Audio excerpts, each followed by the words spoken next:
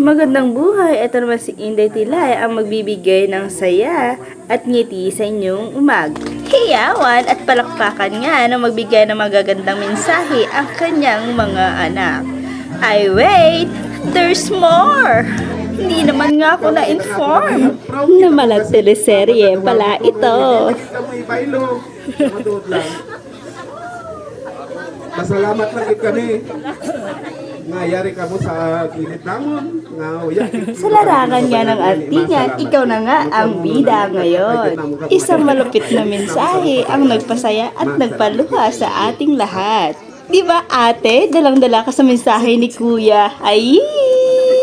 So, eto na nga inaantay ng birthday celebrant. Ang makatanggap ng 60 million pesos. Charis!